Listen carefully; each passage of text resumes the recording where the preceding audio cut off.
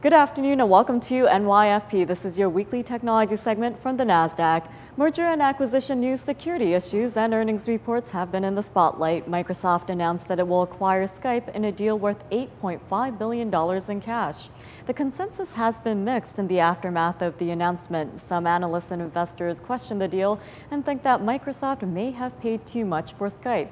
The internet phone service company has accumulated plenty of debt, but its valuation has continued to rise.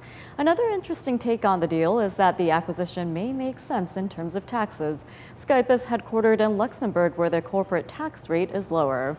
The firms with the biggest stake in Skype have funds also based in tax-free jurisdictions.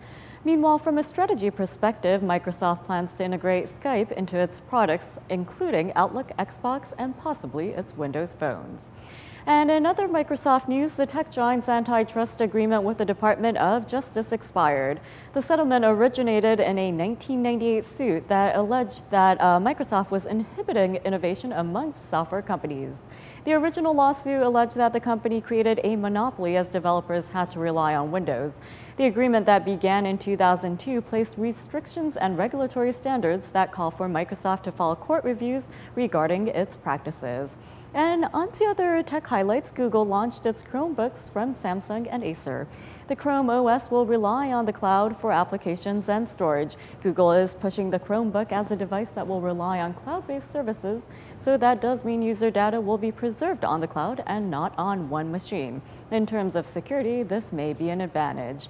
The Chromebook will be available starting mid-June in the US and UK. It will also go on sale on June 15th in France, Germany, Italy, Spain, and the Netherlands.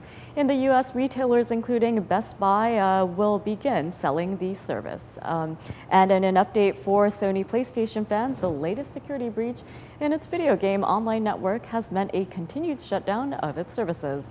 The company has confirmed that millions of user accounts have been hacked and that the network shutdown will finally be resolved and restored by the end of this month. Last but not least, I'll leave you with some cheerful news. Angry Birds is finally available on the web.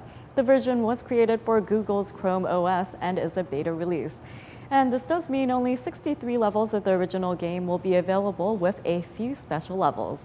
And that does wrap it up for your weekly technology segment from the NASDAQ. Thanks for watching and have a great weekend.